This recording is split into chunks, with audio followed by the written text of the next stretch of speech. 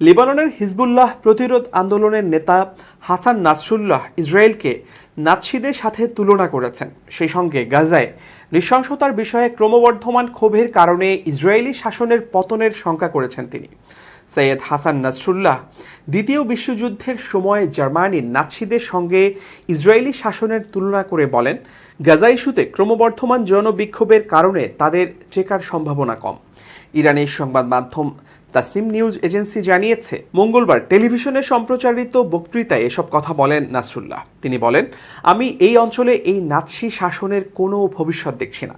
নাসরুল্লাহ বলেন, সর্বশেষ গাজার রাফাহ শহরে শরণার্থীদের তাঁবুতে ইসরায়েলিদের নির্মম বোমাবর্ষণ কেবল এটির পতন এবং বিচ্ছিন্নতাকে ত্বরান্বিত করবে। তিনি বলেন, এই হামলা প্রমাণ করে যে ইসরায়েলিরা নাৎসিদের চেয়েও খারাপ, যারা ইউরোপ জুড়ে জঘন্য অপরাধ করেছে।